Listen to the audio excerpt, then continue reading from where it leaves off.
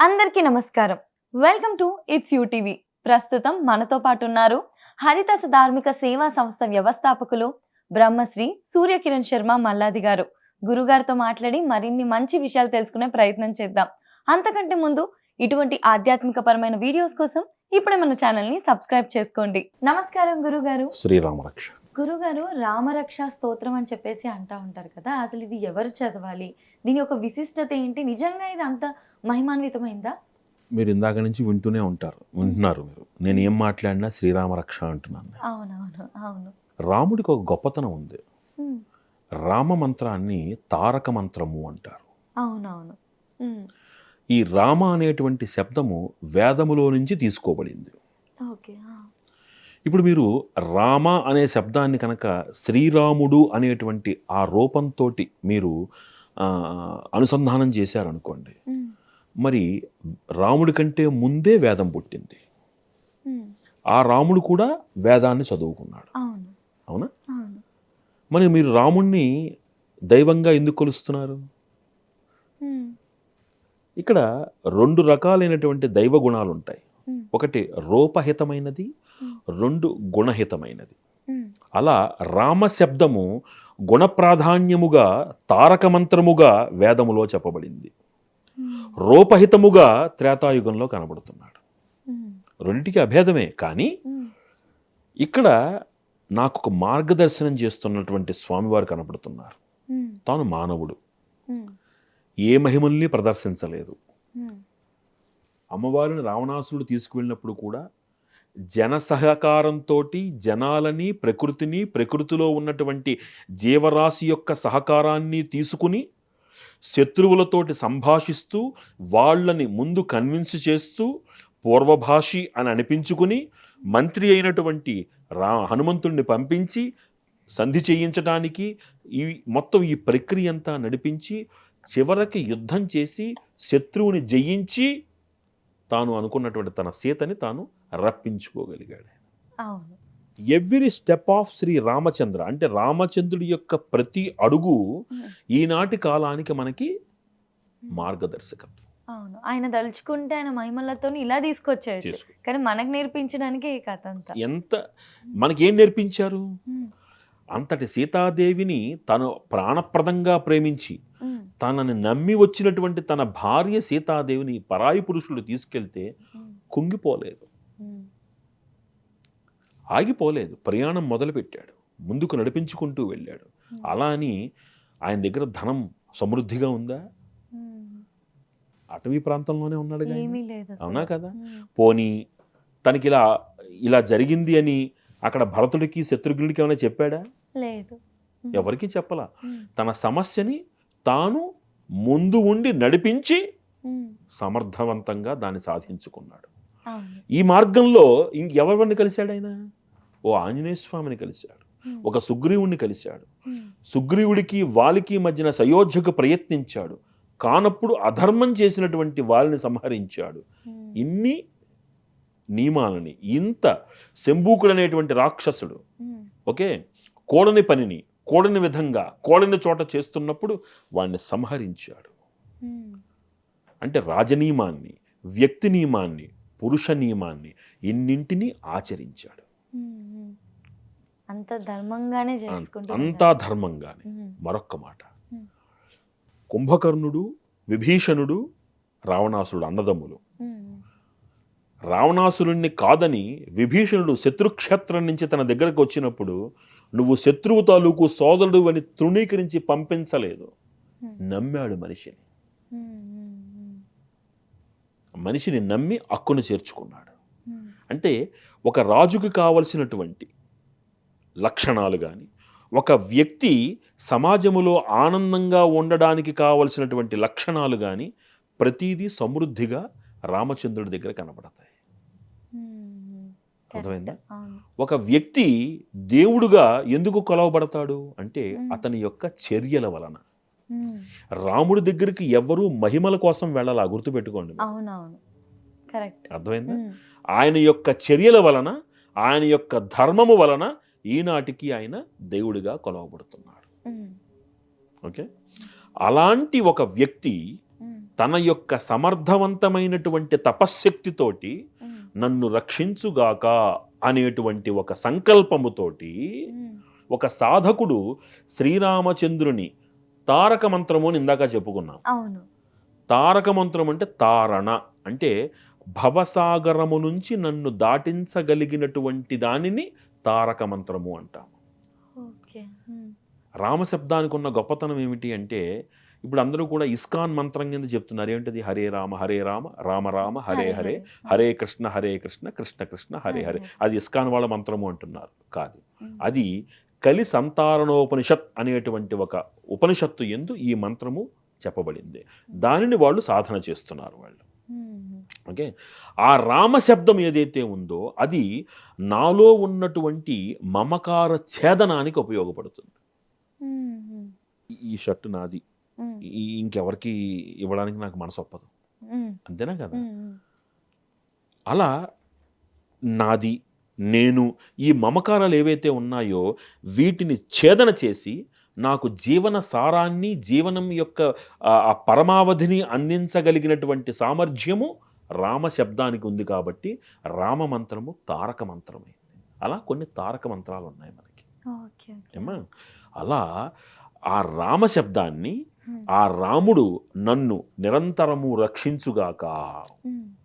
దీంట్లో ఈ రామ రక్షా స్తోత్రంలో ఉన్న గొప్పతనం ఏమిటి అంటే, రాసిన వాళ్ళు ఎవరంటే సాక్షాత్తు బుధ కౌశిక ఋషి అనేటువంటి ఋషి రాముడి యొక్క గొప్పతనాన్ని, రాముడు నన్ను ఏ విధముగా రక్షించాలి, దృశౌ పాతు రాఘవ, కౌసల్య పాతు జిహ్వ అంటూ ఒక్కొక్క ప్రదేశాన్ని, నన్ను శిరోః పాతు రాఘవ అంటే నా శిరస్సుని రాఘవుడు అంటే రామచంద్రుడు కాపాడాలి, కౌసల్య తనుడైనటువంటి రాముడు నా జిహ్వను విద్యను కాపాడాలి, ఆ రామచంద్రుల వారు నా కంటిని కాపాడాలి.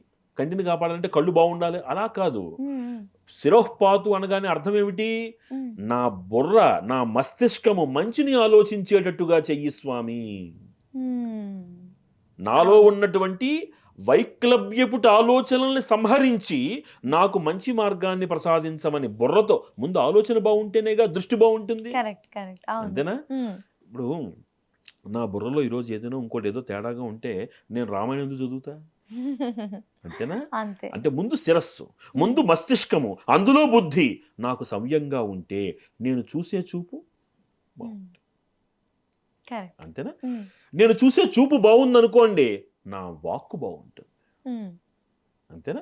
అలా ప్రతి శరీరములో ఉన్నటువంటి ప్రతి అవయవాన్ని నా రామచంద్రుడు నన్ను కాపాడుగాక, రక్షించుగాక, ఆ రాముడి ద్వారా దీనిలో నేను చైతన్యమును నింపుకుందుగాక, ఆ రాముడి ద్వారా నింపబడినటువంటి చైతన్యము నన్ను సన్మార్గములో నడిపించుగాక, నా ద్వారా మంచి మాత్రమే జరుగుగాక అనేటువంటి విశిష్టమైనటువంటి మంత్ర శ్లోకములు. అవన్నీ బయటికి చెప్పలేం కాబట్టి అర్థం చెప్తున్నాను. మంత్రం కదా అది. ఒక ఋషి ఒక అనుష్టుపు ఛందస్సులో రాసి మనకు అందించినటువంటి మహత్తరమైనటువంటి మంత్రరాజ్యం అది. రామరక్షా స్తోత్రము చదివిన చోట అపజయము ఉండదు అని మనకి మంత్రం చెప్తోంది. ఇది కొన్ని కొన్ని ప్రదేశాలలో విశేష ఫలితాలను కూడా ఇస్తుంది.